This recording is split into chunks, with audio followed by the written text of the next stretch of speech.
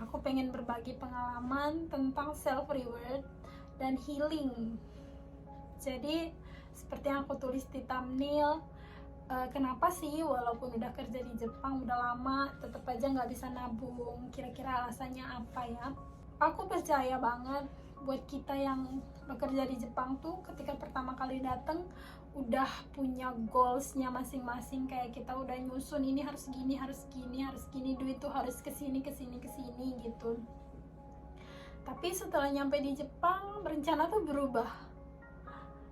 Duit yang awalnya kita udah planning, duit tahun pertama akan dikemanakan, tahun kedua, tahun ketiga akan kemana, bisa banget amburadul, nggak menentu.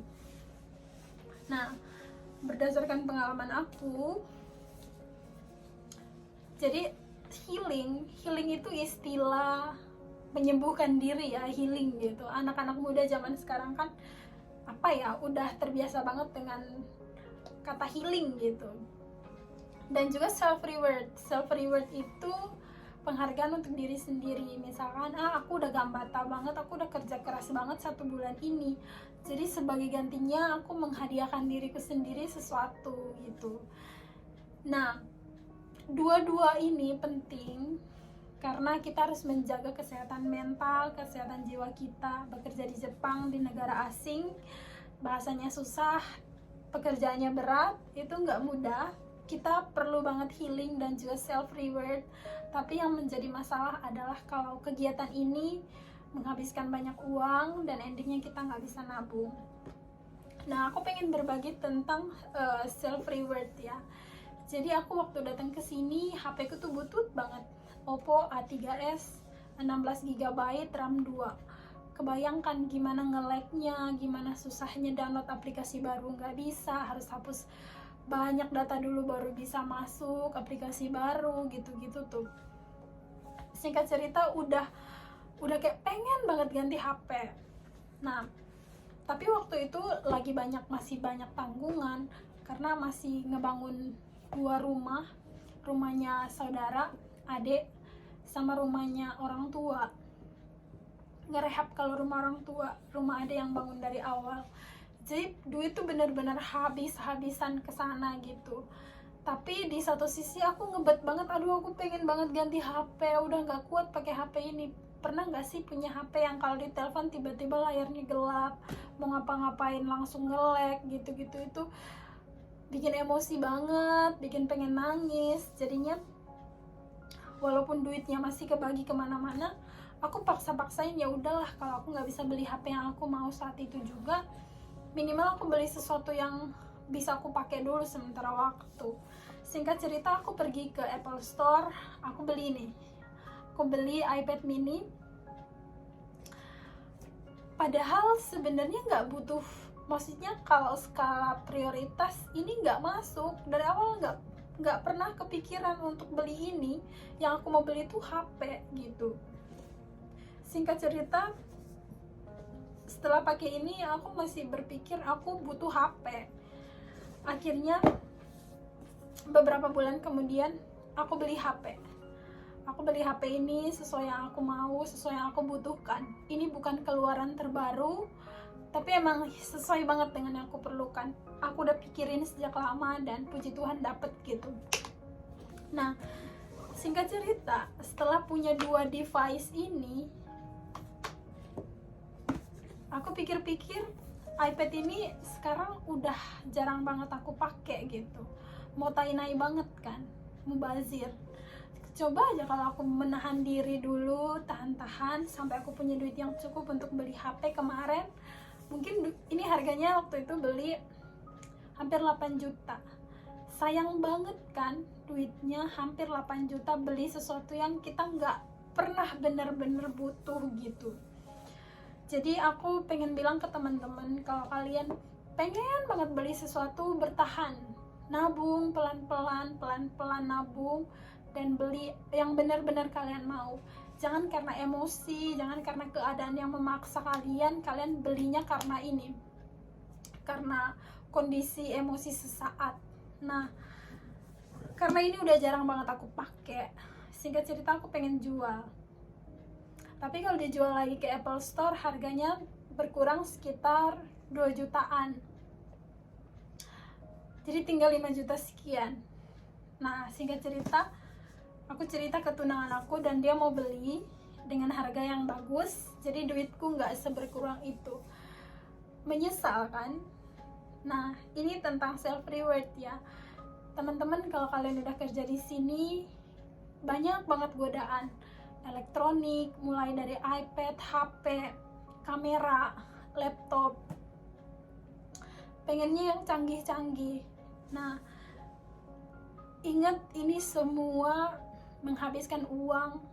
Gila, kita tuh kerjanya capek banget tahu. Kadang karena habis shift malam, gangguan tidurnya kan jadi kebolak-balik kan polanya. Jadi susah tidur, segala macem. Kita tuh mengorbankan kesehatan kita, waktu kita, tenaga kita, semuanya keserap ke situ. Dan kalau kita cuma mau habisin duit untuk healing dan juga self reward, mau sampai kapan gitu. Nah, aku ngelihat di antara teman-temanku yang kami kerja bareng-bareng di sini orang Indonesia, ada tipe teman yang jalan-jalan terus. Kayak 1 minggu tuh bisa 3-4 kali jalan-jalannya, makan di luar gitu. Ya, kita nggak ngejudge orang ya, tapi dari situ kita belajar, oh ternyata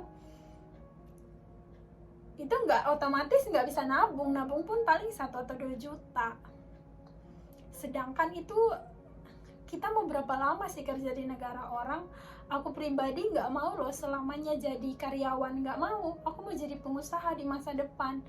Nah, kalau misalkan kita otaknya, aku nggak apa-apa jadi karyawan dalam jangka waktu yang panjang gitu, yang penting habis bulan aku terima gaji. Ya, terserah orang sih, cuman kita harus punya tujuan yang lebih baik nggak sih? Untuk apa kita kerja lama-lama di negara orang hanya untuk terus-menerus jadi karyawan? Kenapa kita nggak mau punya planning yang lebih baik gitu? Cuman, ya nggak semua orang punya pola pikir yang seperti itu kan? Aku tuh terinspirasi banget sama ada satu Kenshu.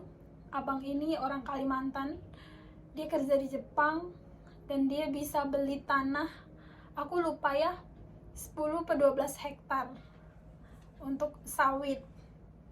Gila, dan dia bilang aku nggak beli HP baru, aku nggak banyak jalan-jalan, aku investkan uangku semua, aku tabung, aku beli tanah, aku beli properti, aku bangun rumah gitu.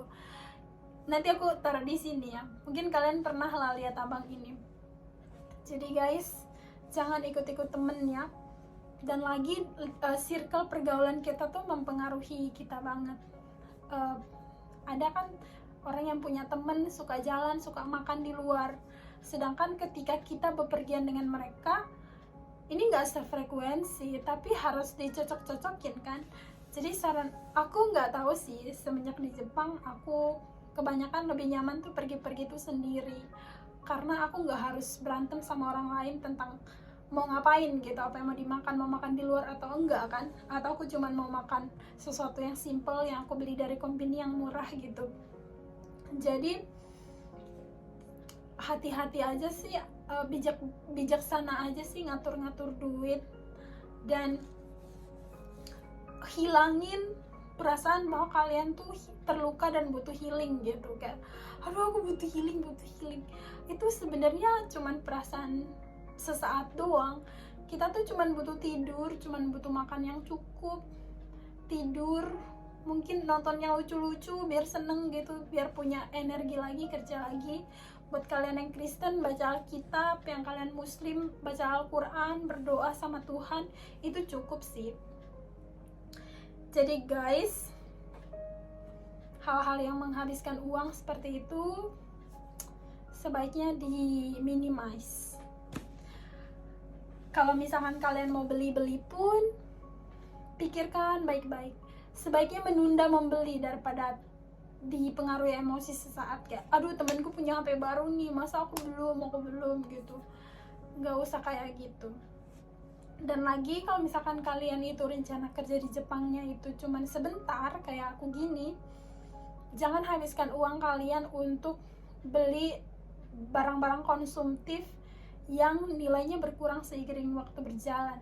Misalkan kalian kirimin duit kalian, orang tua beli mobil itu seiring waktu berjalan habis nilainya, berkurang. Motor, mobil, untuk apa gitu? Mending beli tuh tanah, rumah, aset, bangun usaha, ya gitu. Maksudnya ya balik lagi sih ke tujuan jangka panjang. Aku menyarankan teman-teman nggak boleh punya mental kayak aku betah kerja di Jepang, aku nggak apa-apa lama-lama kerja di sini jadi karyawan, nggak apa-apa. Ya kalau kalian bukan tipe orang yang menyukai tantangan, pengen mandiri, punya usaha sendiri, jadi bos di usaha kalian, ya nggak apa-apa jadi karyawan terus.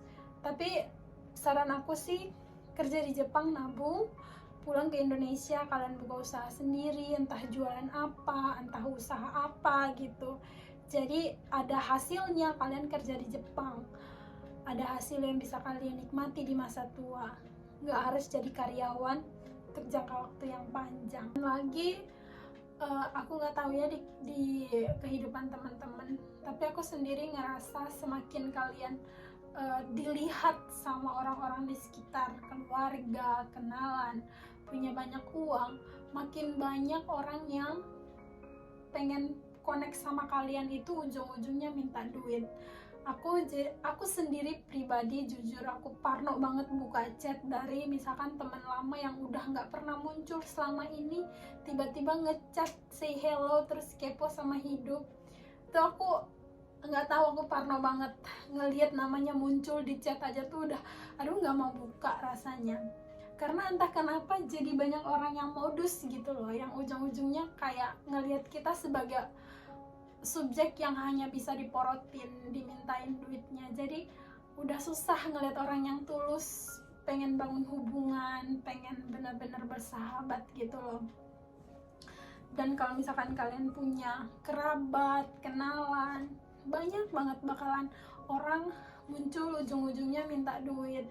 Sebenarnya bukan karena kita pelit ya, orang nggak pernah tahu cerita di balik layar kita seberjuang apa, kehidupan di sini mahalnya kayak gimana, kebutuhan kita apa, kebutuhan keluarga inti kita apa yang kita tanggung, kita anak keberapa, orang tua kita gimana. Orang nggak pernah mikirin itu. Yang orang pikirin, oh lu udah kerja di Jepang, lu pasti punya duit dong, jadi lu bakalan dijadiin target untuk dimintain duit terus.